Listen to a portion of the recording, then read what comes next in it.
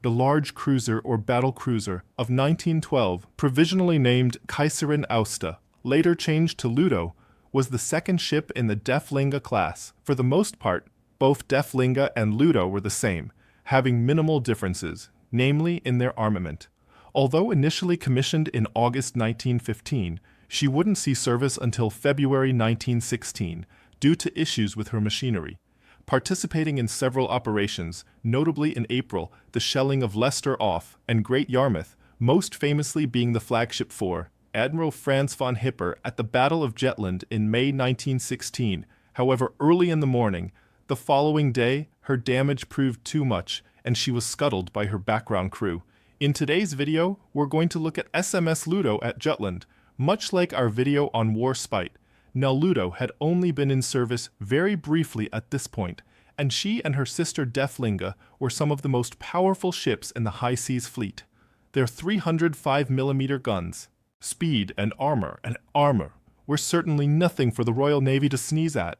Still, there's an interesting quote from a member of the Naval Department when the designs of Deflinga and Lützow were being decided. This is found in Gary Staff's German battlecruisers of World War I, their design, construction, and operations.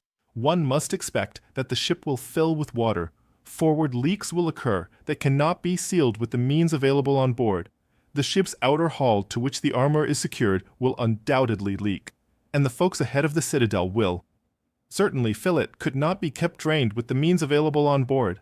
Another thing I think you need to bear in mind is why Admiral Franz von Hipper, and yes, I do realize he gets his title due to the Battle of Jutland, why was he on board Lützow and not, say, Zetz, the ship he had been using as his flagship beforehand? Well, back in late April, Zealot had struck a mine in an advance on the English coastline where she would make it back to Germany and be repaired in time for Jutland. It's just that these repairs lasted until May 18th, when it was revealed that the repair work was a bit shoddy and the ship had some leakage. Because of this, Hipper transferred his flag to Lützow for the upcoming battle operation. Early in the morning, on Wednesday the 31st of May, per Operational Order 6, Lützow with Hipper on board weighed anchor and led the German scouting groups into the North Sea. Things were relatively quiet for Lützow and the scouting groups up until 2:20, when the cruiser being reported smoke from the southwest. By 3:20, the first scouting group increased speed to 25 knots to catch what turned out to be British light cruisers. Just 3 minutes later, British battle cruisers were spotted, these being the 1st and 2nd battle cruiser squadrons under the command of Admiral David Bay. At 3:30, after observing the British movements, Hipper understood that Bay intended to cut him off from his home base and accordingly turned on a southeasterly course as to appear to be in full retreat back to the Jade. Now, to quote from Nick Jellicoe's Jillin, The Unfinished Battle, he writes the Germans could read B's character perhaps better than Bay realized. They knew he was a fox-hunting man. They knew that he would run into the chase and that this was their chance to lure a portion of British naval forces into the waiting guns of Scheer. Heading north not far behind, with the main battle fleet on the Flagship, there was high tension about. Aboard Lützow writes about Vice Admiral Hipper later, high tension dominates, with all the crew as after scarcely 1 hour after sighting British light forces, smoke clouds and heavy massive ships climb over the horizon. I hear as Admiral Hipper up on the Admiral's Bridge said to his chief of staff in his Bavarian dialect, I'll eat my broomstick if that's not Bay again. That chief of staff, being the future admiral as Hipper, ordered fire distribution from the left ship against ship, meaning that Lützow fired on B's Flagship Lion. Next Def fired on Princess Royal's Idlets on Queen Mary, MKA on Tiger, and Fondant on Indefatigable at 3:48 p.m. as BD closed the range. Even further, Hipper stood on the bridge of Lützow, calmly smoking a cigar, giving the order to open fire, upon which the thunderous roar of the German guns opened up the Battle of Jutland. Interestingly enough, Corvette and Kapan Posen, the first artillery officer of Lützow, has this to say: Our rangefinders gave us good ranges, commencing in at 240 HM, and it seemed an eternity. It was 20 minutes before we had reached our range of 190 HM. Even then, we had to wait for the Zetz. The range was further reduced 5 points. 57 degrees is the enemy's bearing. Estimated speed, 26 knots. Course 110. This made the rate of closing 4 hectometers a minute, at a range of 167 hectometers by our calculations. The first turret salvo from A and B turrets was fired at 4:48, and do keep in mind, besides in quotes, I'll be using Greenwich Mean Time. The first few moments are described by DLIN as Gunnery Officer George Hassa and Castles of Steel Britain, Germany in the Winning of the Great War at Sea by Robert K. Massey. H writes the 6 ships, which had been proceeding in 2 columns, formed a single line ahead like a herd of prehistoric monsters. They closed on one another with slow movements, spectre-like, irresistible. At the last there was a dull roar. The Lützow is firing her first salvo, and immediately the signal open fire is hoisted. In the same second I shout salvoes fire. The thunder of our first salvo crashes out. Lützow, targeting Lion, scored 2 hits at 3:51 and at 3:52. Then, at 3:57, Lützow achieved a hit on Lion's Q turret, blowing off the roof of the turret, putting the turret out of action, and later causing a massive cord-out fire at 4:00 p.m. Lützow suffered the first of 2 hits, both on the focal deck, where position describes these hits as quite the surprise, as Lion had been rather inaccurate to this point. By 405, as Lion sheared out of line and disappeared. Things appeared to be going well for the Germans, as just 3 minutes earlier, Indefatigable had been destroyed. German gunnery was superb, as Lützow had scored 6 hits from 31 salvos, while in comparison, Lion and Princess Royal scored a combined 3 hits on Lützow. As the battle raged and the 2 sides exchanged fire, Lützow changed targets to Princess Royal at 45. Princess Royal scored a hit on Lützow in the forward dressing station, killing or wounding everyone there. Another interesting quote from position is 17 minutes after fire was opened. The Lion turned sharply away until we could see her from aft, and Princess Royal pushed in front. I counted 6 hits in 31 salvos. We were hit 3 times. One of these exploded between A and B turrets and cleared out the forward action. Dressing station, all are dead. There, hit number 3 seems to have hit the belt somewhere. A heavy shock, but nothing put out of action. Following the loss of Queen Mary, Bay turned his remaining battle cruisers north towards Jello and the Grand Fleet, due to the reports of the oncoming German high seas fleet. As Bay steamed north, Evan Thomas and HMS Barm steamed south, leading the 5th Battle Squadron, as they had not yet received the signal to turn north. Seeing this at 4:44, Hipper ordered the battleships to be taken under fire, where Lützow scored a hit on Barm. That same minute at 4:51, as the 5th Battle Squadron fought against the German battlecruisers, the High Seas Fleet came into view with the advanced line of Conan-class battleships led by Admiral Reinhard Scheer. So far, Lützow hit the enemy 10 times while suffering only 4 hits in return. As the run to the south came to an end and the run to the north began for Lützow, she targeted Lion, obtaining 3 more hits between 4:59 and 5:02. The German ships continued to chase down the 5th Battle Squadron and the 1st and 2nd Battle Cruiser Squadrons. Barnum scored a hit on Lützow that struck the armored belt ahead of a 5.9-inch casemate. Another 2 shells struck between the funnels, destroying the main and reserve wireless, depriving Hipper of his link to the rest of his scouting groups. We're taking from Postgen again at 5:41. We were heavily fired at by him, and are hit 4 times. 2 of these pierced the large 6-inch casemate. From above, destroying both wireless sets and causing severe casualties. Another burst of midships, without seriously injuring the main armor deck. But the fastenings in the gunnery transmitting station, which were underneath, came adrift, and smoke penetrated everywhere. The fire control was interrupted momentarily, but was restarted shortly afterwards. Our smoke became a nuisance for a short time. I had to let the after position carry on fire. Control, the enemy has for the moment the upper hand, and I cannot get rid of the idea that trouble is brewing at 5:30. And then 5:45, shells from Valiant and Princess Royal struck Lützow, further damaging the superstructure. And more 5.9-inch guns at around this time. Horace Hood in the 3rd Battlecruiser Squadron unexpectedly appeared to the east. Hipper, turning to counter this threat, came under fire from both the 3rd and 1st British Battlecruiser Squadron. At 5:59, Hipper carried out a battle turn onto the opposite course. to withdraw and then close with his main body at 6:05 and 6:10. Lützow hit Lion at 6:15. The Grand Fleet began forming their battle line as a part of the 1st Cruiser Squadron defense.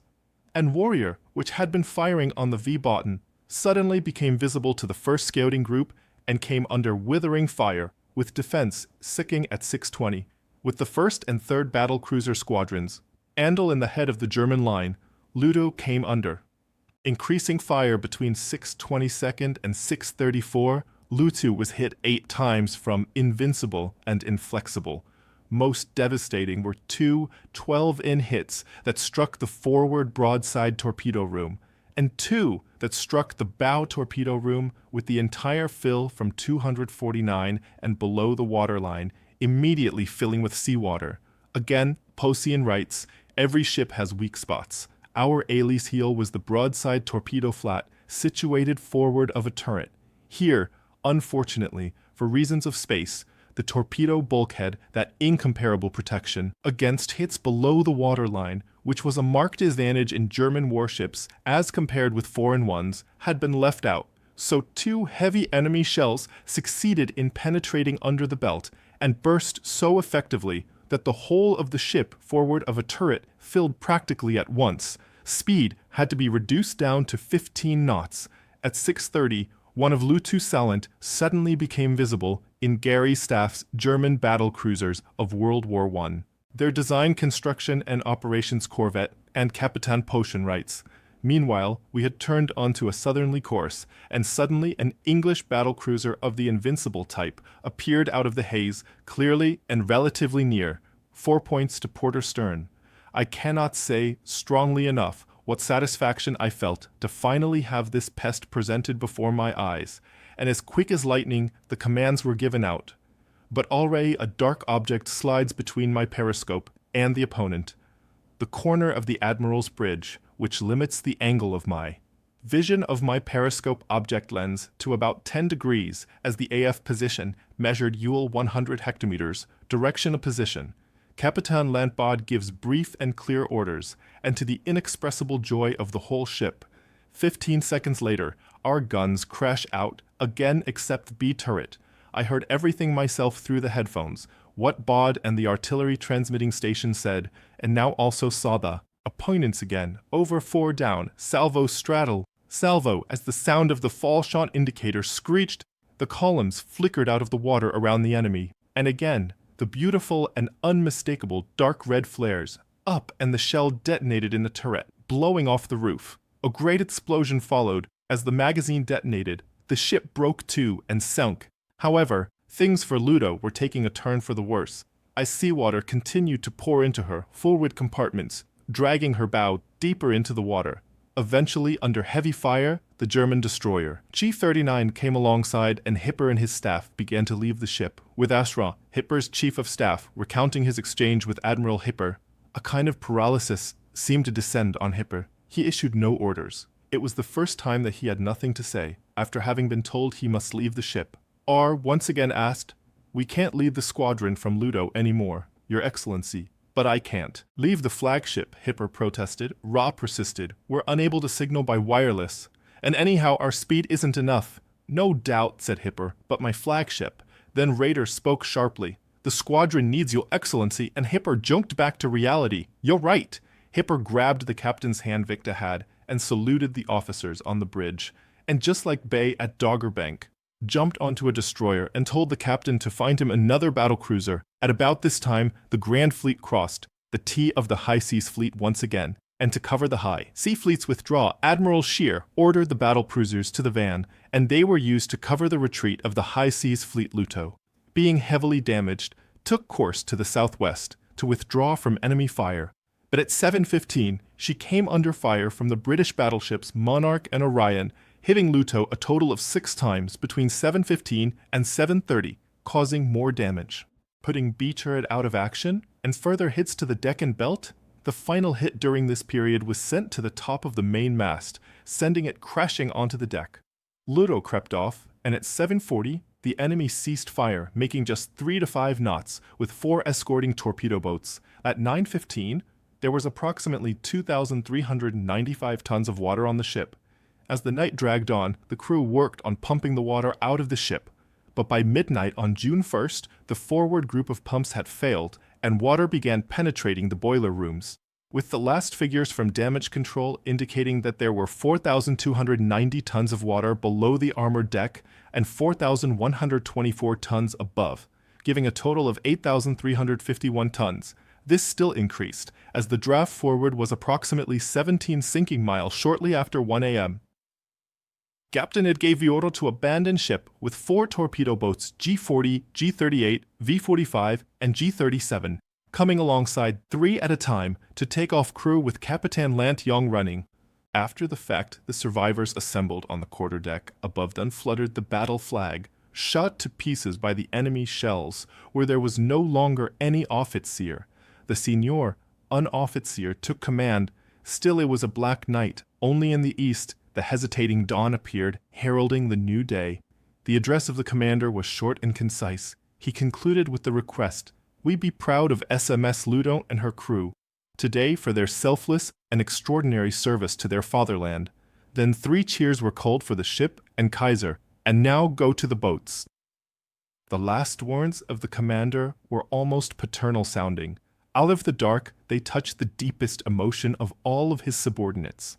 Captain H was the last man to leave the ship, and H ordered G38 to fire 2 torpedoes. Lützow, upon receiving the blow, rolled over and went down, while in Castles of Steel, Robert K. Massey writes well, the ship's company watching from. The destroyers gave 3 cheers for the Kaiser, 3 for Hipper and Scheer, and 3 for their ship. Then, across the empty water, they raised their voices in Deutschland, Deutschland über alles. The time was at 2:47 a.m. On June 1st, when she went down, another account comes from Lud's first artillery officer Gap Posen, and fair warning, it's rather lengthy. The ship is well down by the head, the deck at the bows is on level with the water. I hear that practically the whole forepart of the ship is waterlogged. Only one of the switch rooms is clear of water, and there are several men down there, below the level of the water. On the upper platform deck, to help them was impossible. The speed of the ship had been reduced to knots.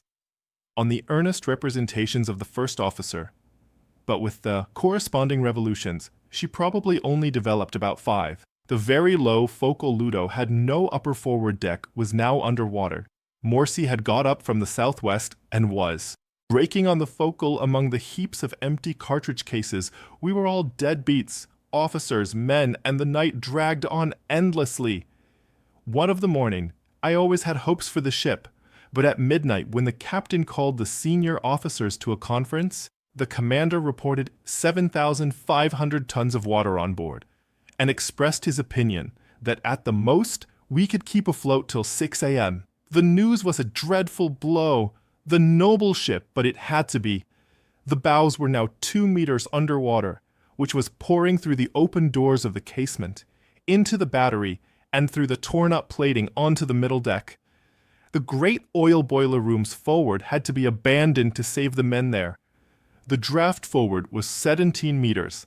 The captain, who up until now had steadily steered the ship in the direction in which the fleet had last been seen, sadly gave in to prevent the useless sacrifice of human life that would have occurred if she had not been abandoned shortly after. 1 a.m. came the order all aft, and the 4 destroyers that had stayed with us were ordered alongside, aft on the starboard side. I had not recollected them, and was agreeably surprised at not having to swim, as long as there was time, I went around the ship with the other officers, in trusted ratings, looking for wounded and men who were asleep. Sure enough, I found one gallant fellow fast asleep on the bench in the gunnery flat. The sight in the 6-in battery was indescribably desolate. Most of her casualties had been there. The disembarkation of the crew was carried out perfectly, first the wounded and then the rest, without any trouble. As we cast off in the last boat, I saw the ship in the grey light of the morning. A turret underwater. B, an island near the bridge. The water was up to the superstructure. The stern was about 2 meters higher than usual. Then one of the destroyers fired a torpedo which hit amidships, whereupon the ship for a moment heeled. Over to starboard, it only needed a slight impact to hasten the sinking by 1 or 2 hours. Finally, we'll look at a letter from an unknown officer. The focal sank continually deeper and the stern always came higher towards 3 a.m. It was clear that the ship could no longer be held. We stopped and called the torpedo boats alongside. Then all men went AF wearing life vests, but thankfully they were not needed. The men transferred to the torpedo boats after the wounded had been taken across. I myself went through the compartments with another lieutenant to ensure everyone, including the wounded, was out. Then I climbed over the last boot G-38, and with us the commander. He was the last to quit the beautiful ship. It cut into my heart to have to quit our beautiful ship. It also pulls my heart when, officially or otherwise, they begin to complain with 1 torpedo shot from our boot. The ship went to rest slowly. It lay over to the side and capsized at that same time. I had to think about the 6 poor stokers that were still alive when the ship sank. They sat in the forward diesel dynamo switch room just as a diving bell and could not get out. They called me once, as I had connection with them, and reported that the water was slowly rising into their room. It was held by pumps at a certain height. They maintained courage and optimism until the last. They were still trapped. The night for the crew was not over. In the great dawn of the morning, there was a brief firefight between the torpedo boats and 3 British destroyers as they made their way towards Horn's Reef, soon after with 2 British light cruisers and about 6 destroyers. G-40 received a hit in the starboard turbine and was slowed to 10 knots. The British group did not take up pursuit, and therefore the other boats took G-40 in tow. Making a turn at 9:45, the boats along with Regensburg and some of the crew transferred to Regensburg. The group reached Fonshaven sometime in the evening of June 1st. Lützow is reported as having lost 128 seamen and officers during and after the battle. Following the return to Germany, a conclusion number of the crew were awarded with the Iron Cross, First Class, with Captain H and his executive officer being given new commands immediately after Jutland, with H going on to command the new fleet flagship, Boden. Majority of LSO's crew were signed to Boden. Many still retain their Lützow cap bands. Well, I hope you enjoyed this look at SMS Lützow. Although having a short career, it was certainly action-packed. I'll leave you with a quote that I find appropriate. The quote coming from German battlecruisers of World War I. The final design of Deflingo was a striking ship, and with it, shipbuilders reached a pinnacle as far as completed Panaka battlecruisers were concerned. This class of 3 ships is often regarded as the best all-around capital ships of the period, and aesthetically as amongst the most handsome. Thank you all for watching. Please remember to like and subscribe as it'll help the channel to grow. And until next time, my friends, have a great week.